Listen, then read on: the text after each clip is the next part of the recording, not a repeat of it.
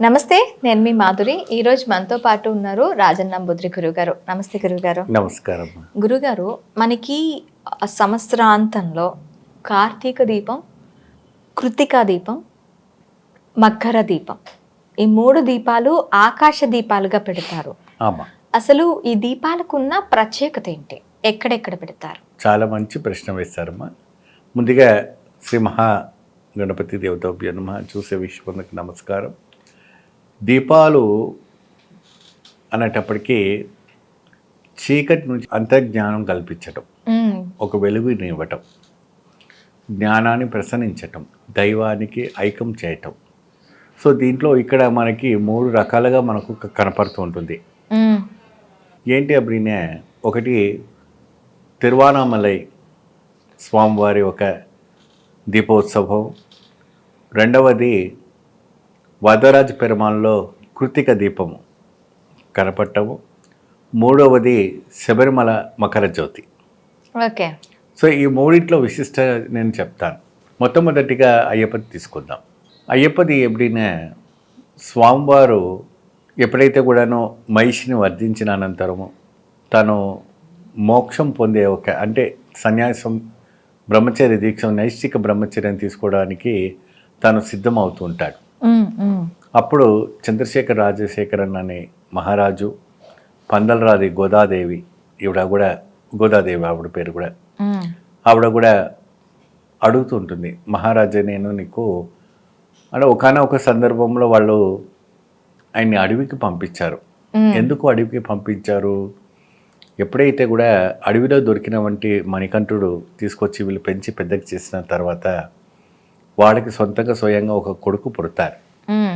పుట్టిన తర్వాత ఆ గోదాదేవి అన్నవంటి మహారాణికి ఒక అన్న ఉంటాడు.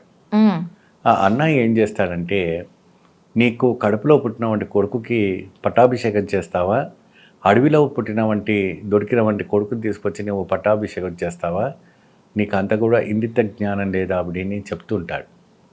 అప్పుడు ఆమె ఎప్పుడు ఏకాంతంగా ఉన్నప్పుడు అంతా కూడా ఆయన వచ్చి ఈ విషయం అంతా కూడా బోధిస్తూ ఉంటుంటాడు.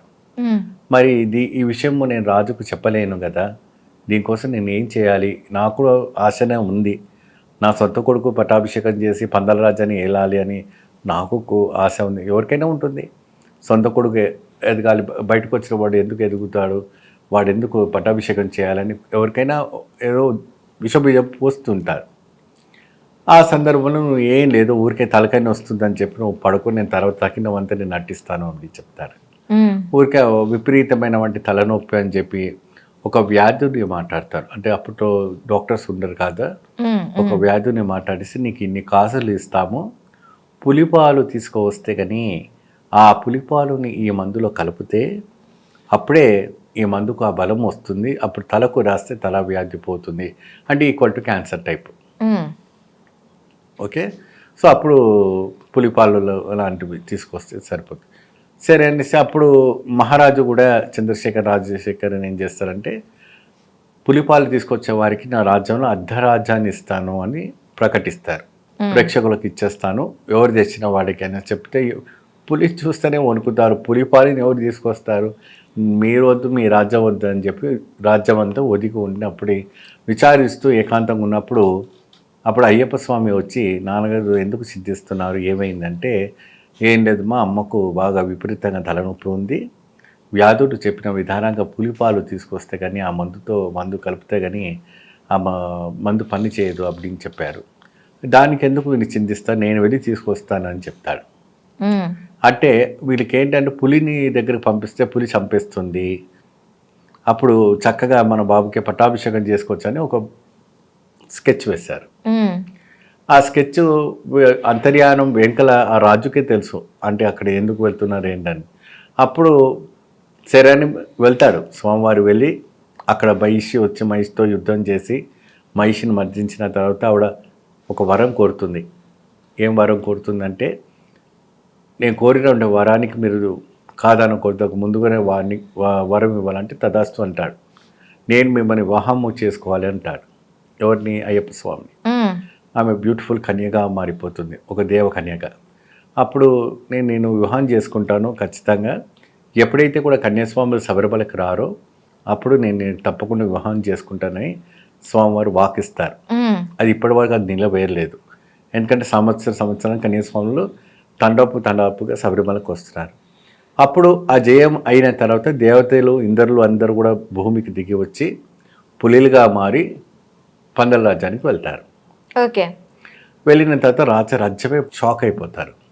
షాక్ అయిపోయిన తర్వాత మేము పొరపాటు అప్పుడు పందల రాణి కూడా పరిగెత్తుకొని వస్తుంది. మా అన్నయ్య మాట విని నాకు బుద్ధి చెడిపోయింది నాన్న, నాకు క్షమించు అని చెప్పి కాళ్ళ మీద పడుతుంది.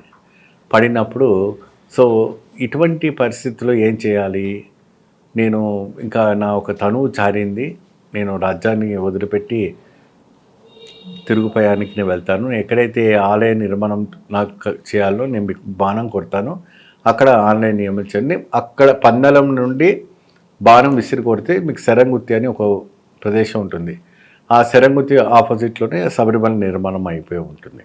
ఆ పీఠం పైన ఆ ఆలయం కట్టాలని చెప్తారు. మరి నేను ఈ తిరువాభరణాన్ని చేశాను, వజ్ర వైదూర్యాలన్నీ చేశాను, నీకు పట్టాభిషేకం కావాల్సిన వంటని సిద్ధం చేసుకున్నానంటే మీరు నన్ను చూడాలనుకున్నప్పుడు మకర సంక్రాంతి రోజునే ఈ ఒక తిరువాభరణాలని తీసుకొచ్చి నాకు ఇవ్వండి, నన్ను అలంకరించండి, మీకు జ్యోతి స్వరూపంగా నేను దర్శిస్తాను అనేసి ఆ రోజుల్లోనే చెప్పారు. పరశురాముడు బతికున్న రోజుల్లోనే జరిగినటువంటి ప్రక్రియ. ఓకే. సో అప్పుడు ఇస్లాం అంతా ఏం లేదు, ఇస్లాం లేదు, ముస్లిం లేరు, ఎవరు లేరు, ఇదంతా కూడా మధ్యలో వచ్చినటువంటి నాటకం. సో ఆ రోజుల్లోనే ఆ స్వామివారు స్వయంగా పరశురాముడు ఆయన ఒక స్వప్నంలో ఏ విధానంగా అయితే అయ్యప్ప స్వామి ఉండాలనుకున్నాడో యోగ పట్టెతో కట్టి ఉంటారు. సో మహారాజుడు వచ్చి ఆ స్వామికి తిరువాభరణం చేసిన తర్వాత జ్యోతి స్వరూపంగా దర్శనిస్తారు. ఓకే. ఆ జ్యోతిని చూసిన వారికి ముక్తి మోక్షము కలుగుతుందని, పాపము తొలగిపోతుందని, సకల దరిద్రము పోతుందని, వారికి పునర్జన్మం ఉండదనేసి ఇతిహాస పురాణం చెప్పబడుతుంది. అది మకర జ్యోతి. ఓకే. ఈ కృతిక దీపం, కృతిక దీపం వచ్చేసి వరదరాజు పెరుమాళకి ప్రతి సంవత్సరంన కృతిక దీపాన్ని వెలిగిస్తారు. ఏ విధానంగా అయితే వాళ్ళ ఆచారం ప్రకారంగా స్వామివారికి తిరుపావ సేవ చేసి ఈ గోదాదేవి ఒక తిరుపావని చేసి అమ్మవారి ఒక కైంగర్యాలను చేసిన తర్వాత కృతిక నక్షత్రంలో ఈవిడ జన్మించింది కాబట్టి కృతిక దీపాన్ని వెలిగిస్తారు. ఓకే. ఆ కృతిక దీపానికి జన్మించింది కాబట్టి ఆ రోజున విశేషమైన వంటి ఒక ఇది అనంతమైన వంటి దీపాలు పెట్టి వెలిగించి ఒక పండుగ లాగా ఇయర్లీ వన్స్ కృతిక నక్షత్రం కార్తీక మాసం మార్గశిర మాసం కృతిక నక్షత్రం వచ్చినప్పుడే. ఓకే. కార్తీక మాసం ధనుర్మాసంలో వచ్చిన కృతిక నక్షత్రం నాడే ఈ యొక్క ప్రక్రియ చేస్తారు. ధనుర్మాసంలో కృతిక నక్షత్రానికి కృతిక దీపం పెడతారు. ఓకే. అండ్ అరుణాచలంలో వచ్చేసి కార్తీక మాసంలో వచ్చిన అంటే కార్తీక నక్షత్రం కృతిక, అది కూడా కృతికనే, అది కార్తీక నక్షత్రం అంటే కృతిక అంటారు.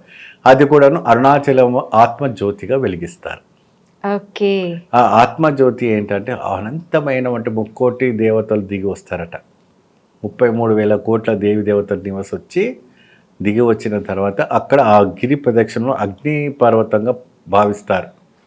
అరుణాచలేశ్వరుడు అగ్నిస్వరూపుడిగా ఉంటాడు కాబట్టి అగ్నిపర్వతంగా ఉంటాడు కాబట్టి అక్కడ అగ్నిపర్వతంలో వెలుగుతున్నాడు కాబట్టి ఆత్మజ్యోతిని వెలిగిస్తారు. ఆ ఆత్మజ్యోతి ఎంత అనంతమైన వంటి ప్రపంచంలో కనిపిస్తుందంటే అక్కడ సకలకల జీవరాశులకి, సకలకల జీవులకి, అక్కడ ఉన్నటువంటి యోగులకి, తపస్పరులకి, రమణ మహర్షి వాళ్ళంటి మహర్షులందరూ ఎంతోమంది కూడా ధన్యులైనటువంటి ప్రదేశము అరుణాచలేశ్వర ప్రదేశం.